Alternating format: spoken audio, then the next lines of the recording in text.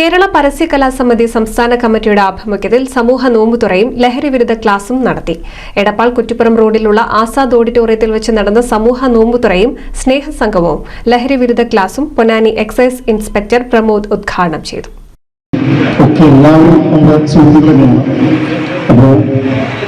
പരസ്യകല സമിതി ഇന്നത്തെ വിപത്തായ ലഹരിക്കെതിരെ അതിൽ അണിചേരുക എന്ന് പറയുമ്പോൾ നമുക്ക് വളരെയധികം സന്തോഷമുണ്ട്. ആ സന്തോഷം നാടിൻ്റെ സന്തോഷമാണ്. ഇന്ന് നമ്മൾ കേൾക്കുന്ന വാർത്തകൾ ആ തരത്തിലുള്ളതാണ്.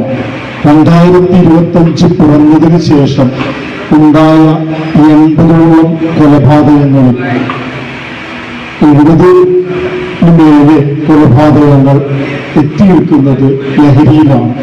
ഇന്നലെ ഉണ്ടായ സംഭവങ്ങൾ, ഇന്നുണ്ടായ സംഭവങ്ങൾ, ചേകനൂര് കഴിഞ്ഞ ആഴ്ചയിലുണ്ടായ സംഭവങ്ങൾ നമ്മുടെ അടുത്ത് എത്തി നിൽക്കുകയാണ്.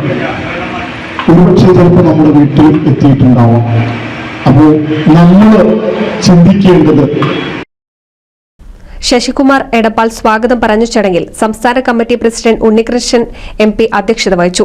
സംസ്ഥാന ജനറൽ സെക്രട്ടറി അലി ഗ്ലാമർ, സംസ്ഥാന കമ്മിറ്റി അംഗങ്ങളായ ജബ്ബാർ, ബുഷ്ര, ബാലൻ, പ്രകാശൻ, ഉദയൻ എടപ്പാൾ, പ്രേമദാസ്, റഷീദ്, സുബ്രഹ്മണ്യൻ തുടങ്ങിയവർ സംസാരിച്ചു.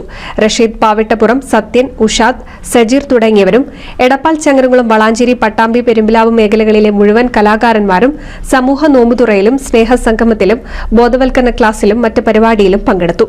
എക്സൈസ് ഇൻസ്പെക്ടർ പ്രമോദ് ലഹരി വിരുദ്ധ പ്രതിജ്ഞ ചൊല്ലി.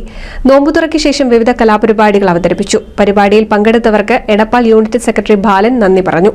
NCV news Edappal.